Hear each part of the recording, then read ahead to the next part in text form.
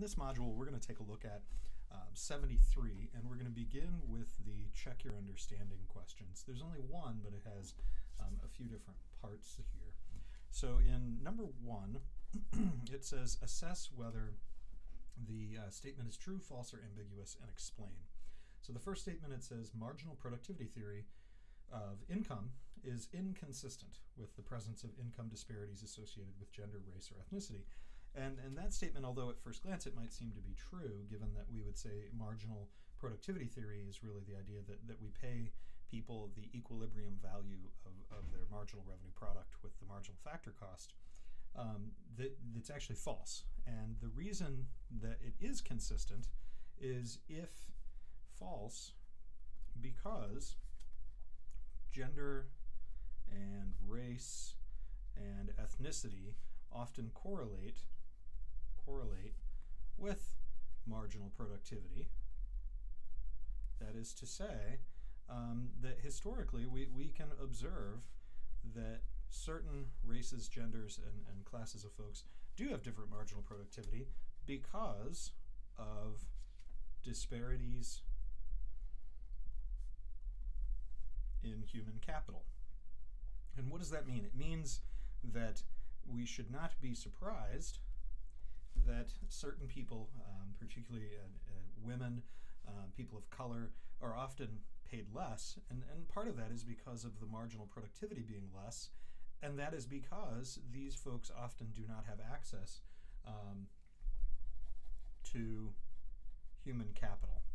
I wrote disparities twice there.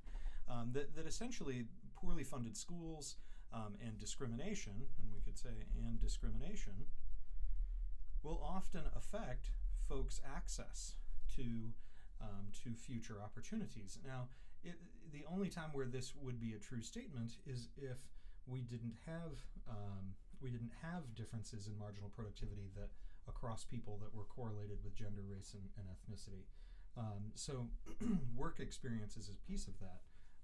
But if the origin of their different productivity is often not, it's not because of something inherent related to the gender or the race. The difference in productivity is because of different access to human capital. So B, companies that engage in workplace discrimination, but whose competitors do not, are less likely to earn profit as a result. And that is a true statement because the discriminators, right, are overpay some people, and they underhire qualified people. So if you're not hiring qualified folks because you're discriminating, then that will cause you to earn less productive. You'll have less productive employees, and therefore you'll earn less money. C, workers who are paid less because they have less experience are not victims of discrimination.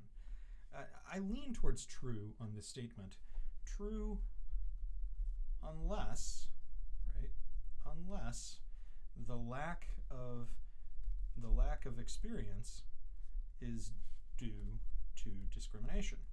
So, for example, if they're not hiring you because you are a woman or you're black or insert here, if insert discriminatory reason here, they're not hiring you, that means you're not getting experience. Well, that would mean then that you're being paid less because of discrimination.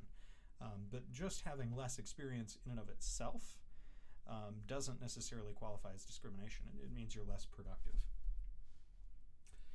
Now we're going to take a look at the multiple choice questions. So question number 1. Which group of U.S. workers had the lowest median earnings in 2013? And this one is Hispanics.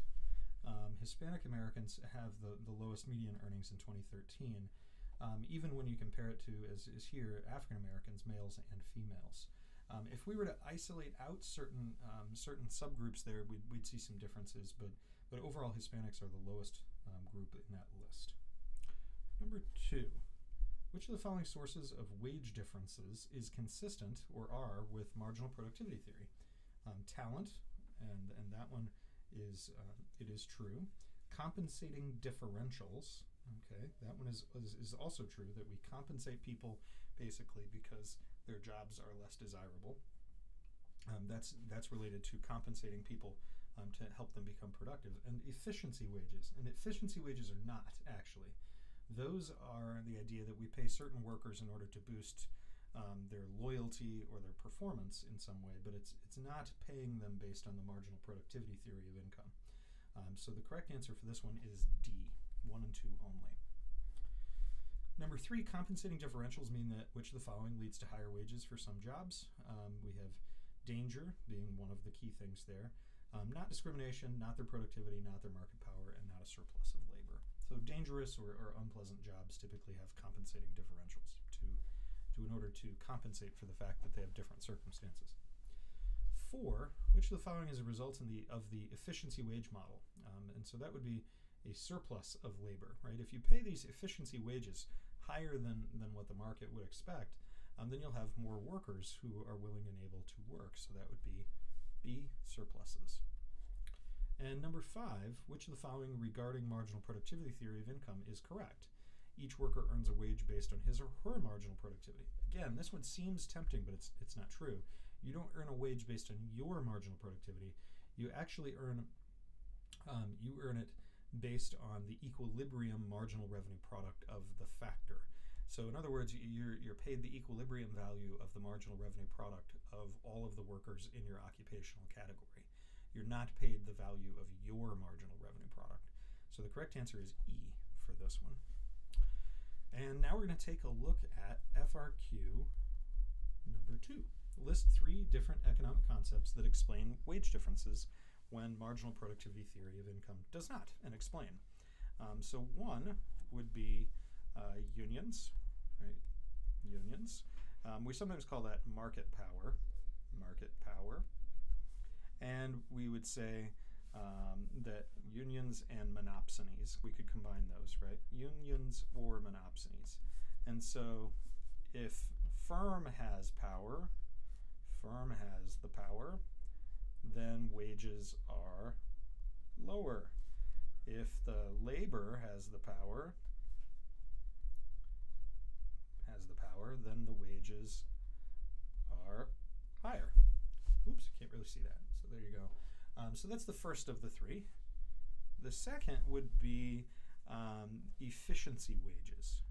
Efficiency wages. And I've mentioned that a couple of times in this video.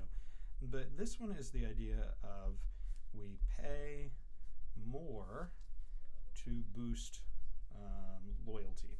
And there's some actual value in loyalty. It's not just like, well, it's nice to be loyal. No, loyalty is good because then you don't have to have so much worker turnover. And if you're trying to pay these efficiency wages, what you're trying to do is reduce employee turnover. As a real example of that, a lot of tech fields right now have about 15% year-over-year employee turnover, which is some of the highest in any industry. There's a study from LinkedIn that showed that.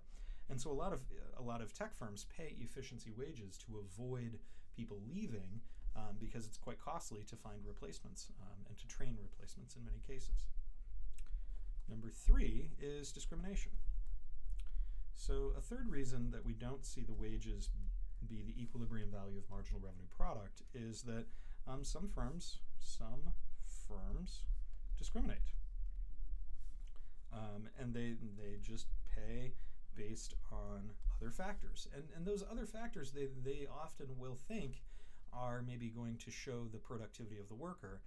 But what we find is that there are actually just some plain old racist and sexist firms out there who are led by racist and sexist people. So these are kind of 3 reasons why we would see wages that would differ from what was expected with marginal productivity theory. So hopefully this helps you with Module 73. I'll see you next time. Bye-bye.